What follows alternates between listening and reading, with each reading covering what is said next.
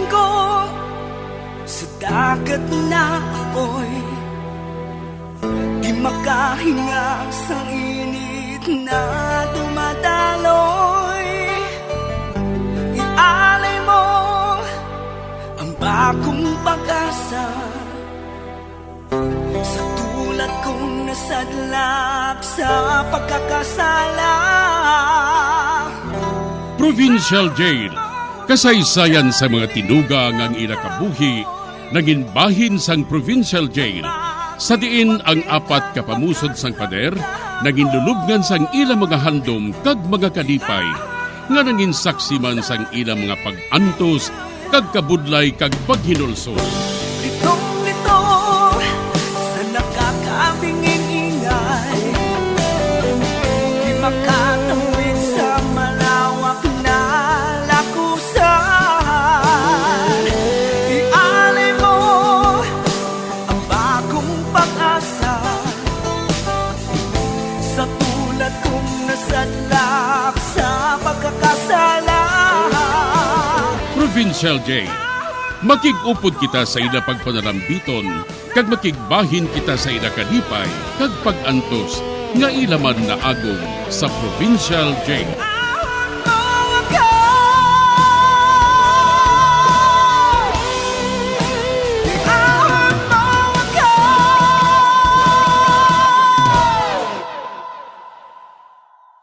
Bilang ko sa dagat na apoy, di makahinga sa init na dumadaloy. Ialay mo ang bagong pag-asa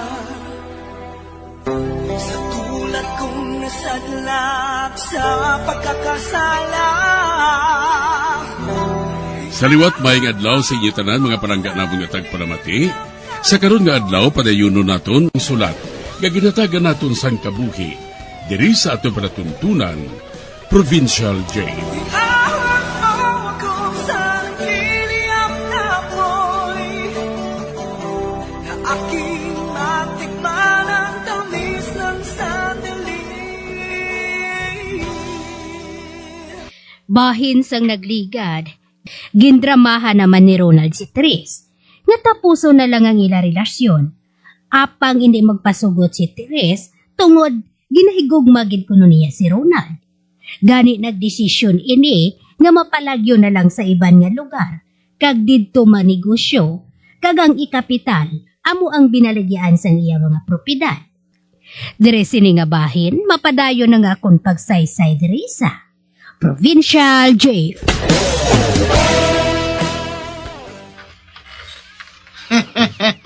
Kuna mo, okay na ang tanan? Nabaligyan na ni Therese ang iyang mga propiedad? Oh, Max. Kagsang makaibalo ako nga ginapausisa sang yatiyo ang akong background. Amoy lang ako naisipan. Kinahanglan nga makahalin na kami. Ate ko na mo sina, pahibalaan na lang ako kung diin ka mo manago. Okay.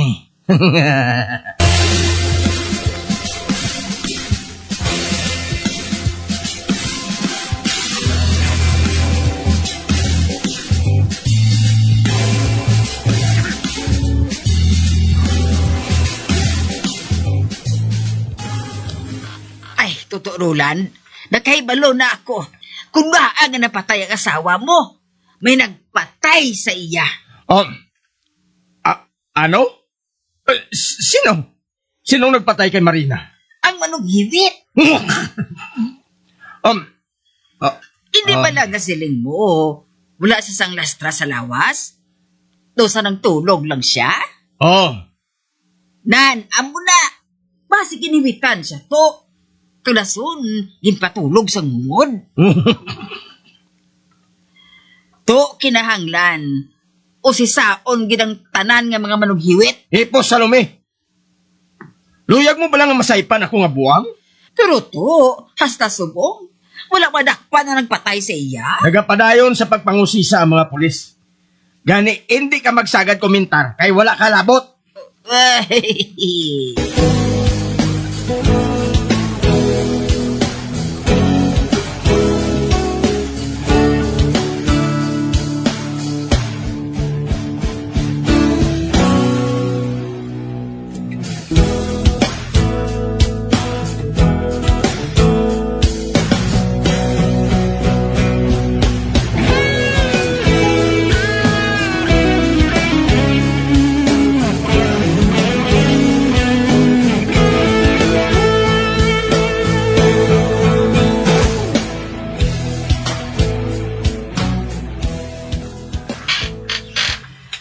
Ay, miga pasit. Hasta subong. Wala kang pangisang balita kundi na si Silin. Amo man bala ako, Miga Rosal. Wala man gihapon ako sang balita parte kay Roland. Di na bala nagkadto ang mag-asawa nga atuman.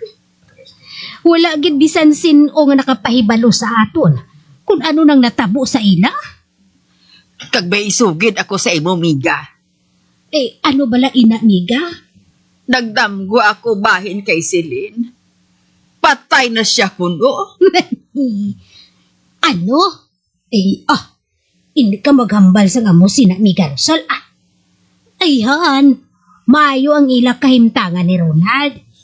Ano pa, wala sila makapadumdum sa aton. Kalain gid sang pabatsyag ko, miga mo.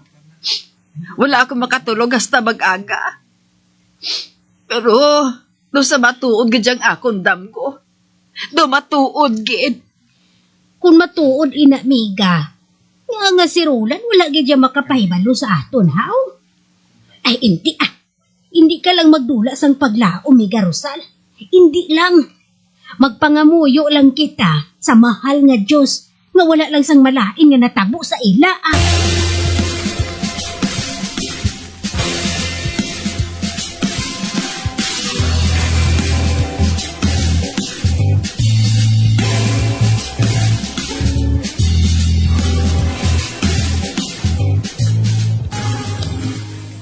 Happy ka bala, sweetheart? Happy ako, Serge. Kagsubong ang unang nga gabi sa aton sekreto nga kasal. Kani, mga lipay kita sa tabagaka. Oo. Oo, Sarge. Lipaya ako.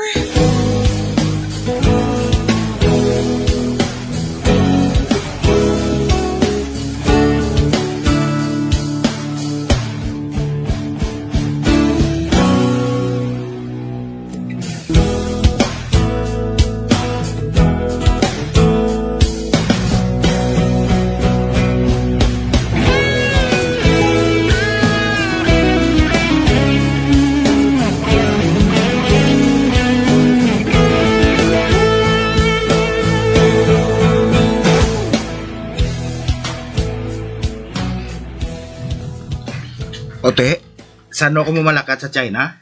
Boss, libre lang ang visa dito. Dito kami mapamulya ni Teres. Dako naman sini mo balunon niya kwarta. Happy trip. Good luck na lang. Enjoy ka mo sang husto, ha?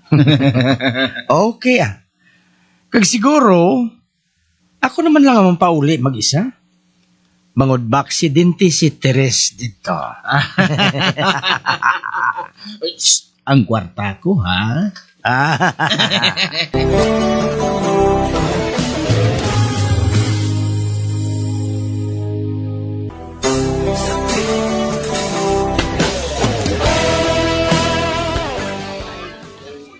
Ginsugiran ako ni Miga Rosal nga ginpadamgo siya kuno ni Celine nga patay na ini. Apang ginhambalan ko lang siya nga hindi siya magdula sang paglaom. Samtang, si Ronald naman kag si Teres nagaplano nga mapadulong sa China kag didto magnegosyo. Sa pagpadayon ko pagi. Dito ako naghalin sa pulis. Apang wala sila sang mahatag sa akong nga balita. Parti sa kay Silin kag kay Roland. Nagalibog man ganing abon ulo Miga Rosal Pero amo man gihapon ang ginasiling sang mga pulis. Nagapadayon sila sa pagpangita sang suspek sa kamatayon sang mga napatay.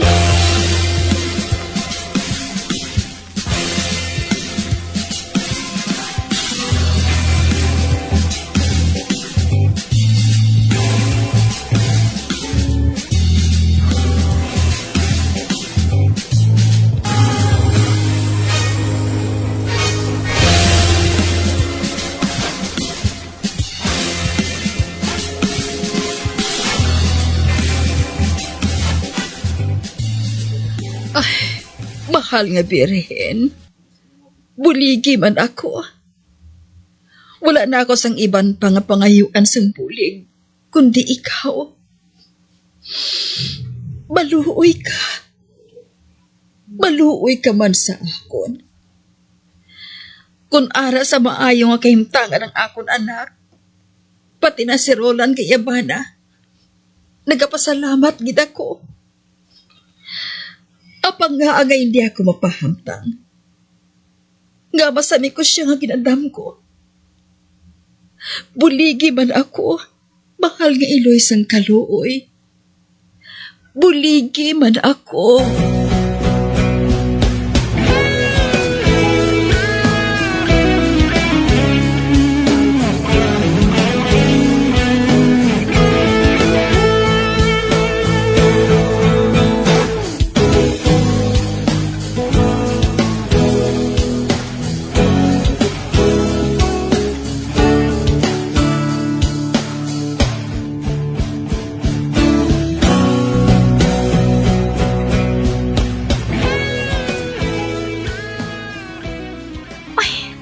Katahom gali diri sa China, no? Kadalag ko sa mga building. Kag makadto naman kita sa Great Wall of China nga ginasiling hila, loves. Okay, love. Amo man ang akong plano. Masaka kita sa pinakamataas nga bayan sang pader. Karsungin si ko. Buwas, mabilin ka dito, Teres. Bangod mahulog ka sa mataas nga pader.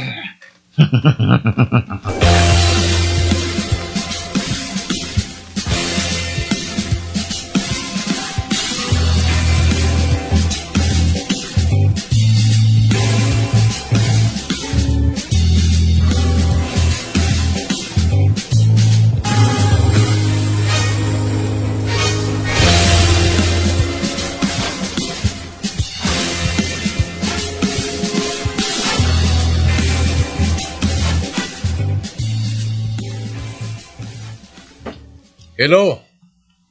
Sir. May isa ka babae nga nagkanto dire sa station. Kag sir, nagsiling siya. Nga nakaibalos siya kung sino nagpatay sa iya anak.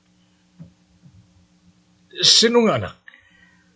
Ang iya nadula nga anak, naglatawag kuno kay Silin. Kaupod sa iya bana nga nadulaman. Diyan siya.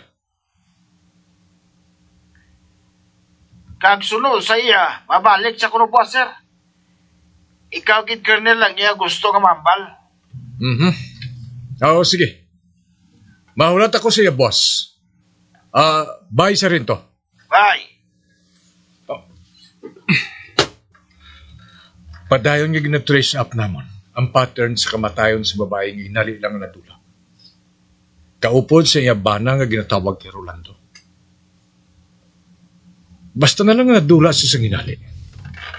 Apang wala mo isang bangkay nga nasa puwan sa kundiin? Sinong makapakot? May mo nga makakuha kami sa diyuta niya kasanagan sa krimen nga ini.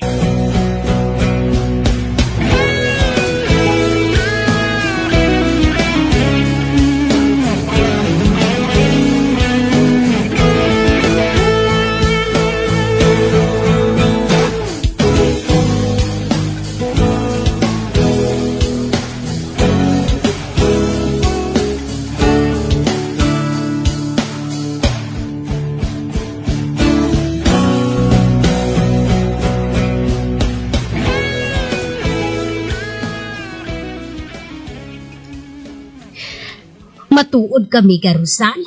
Nagkadto ka sa mga pulis. Oo, Miga. Hindi na ako makabatas. Ginabudlayan na gid ako. Gabi-gabi, nagadamgo ako kay Silin. Nagatulok lang siya sa akon nga nagahibi. Apang wala siya sa may ginahambal. Kanagakadula man siya dayon. Miga pasip, may malain gid ginatabo kay Silin. Ay, apang sa diin si Rolanya. Sa diin ang akon, anak. Kung may masugid lang kung tani si Silin sa natabo sa ila. Kung makasugid lang siya kung tani sa akon.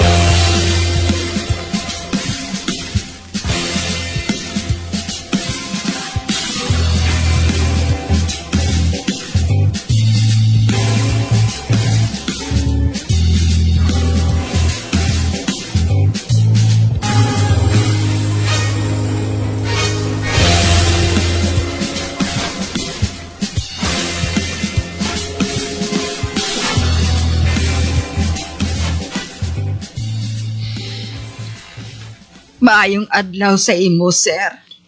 Ah, ikaw bala si Ma'am Rosal Dumagat? Ang iloy sa babae nga nadula? Oo, sir. Akong iya iloy. Ma'am, nga nakasiling ka nga may natabo sa anak mo? Nagadamgo ako sa iya sang masabi, sir. Mhm. Kag sa akong damgo, nakita ko siya nga nagahibi. Kag inauyatan niyang iya liog, samtang nagahibi siya, sir. Amoy nang makita mo sa damgo mo? Oo, sir. Amoy na nga nagapati ako na may malain nga natabo sa akong anak. Mhm. Siling mo may bana na siya. Oo. May bana na siya, sir. Si Roland ang iyagalan.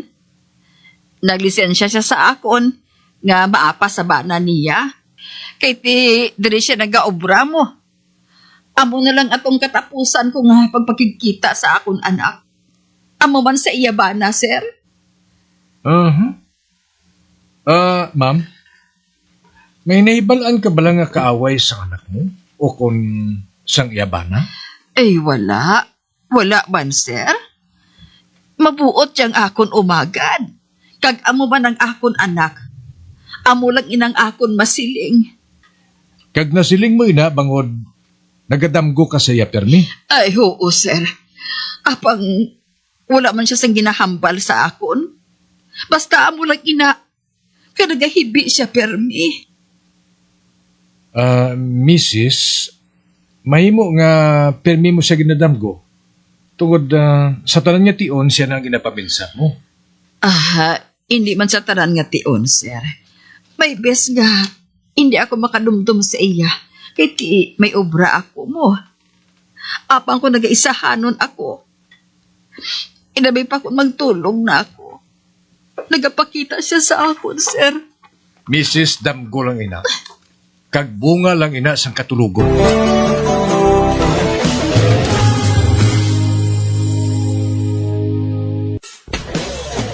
Bilang ko sa dagat na apoy, di makahinga sa init na tumataloy. Ialay mo ang bagong pag-asa sa tulad kong nasadlak sa pagkakasala. Magabiyan sundagin ninyo sa pagpamati, ang mga kasugpon sang sulat ni aton man ginatagan sang kabuhi, diri sa aton platuntunan, Provincial Jail. Kag kami diri sa gihapon wala ginagakalipat sa pagpangagda sa inyo.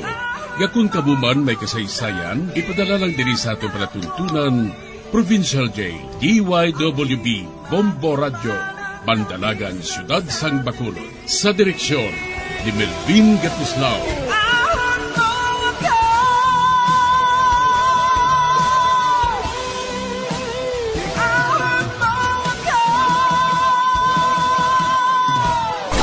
Bombo Radio Philippines. Patuloy na #1 sa drama. Fast Paradio! Bombo!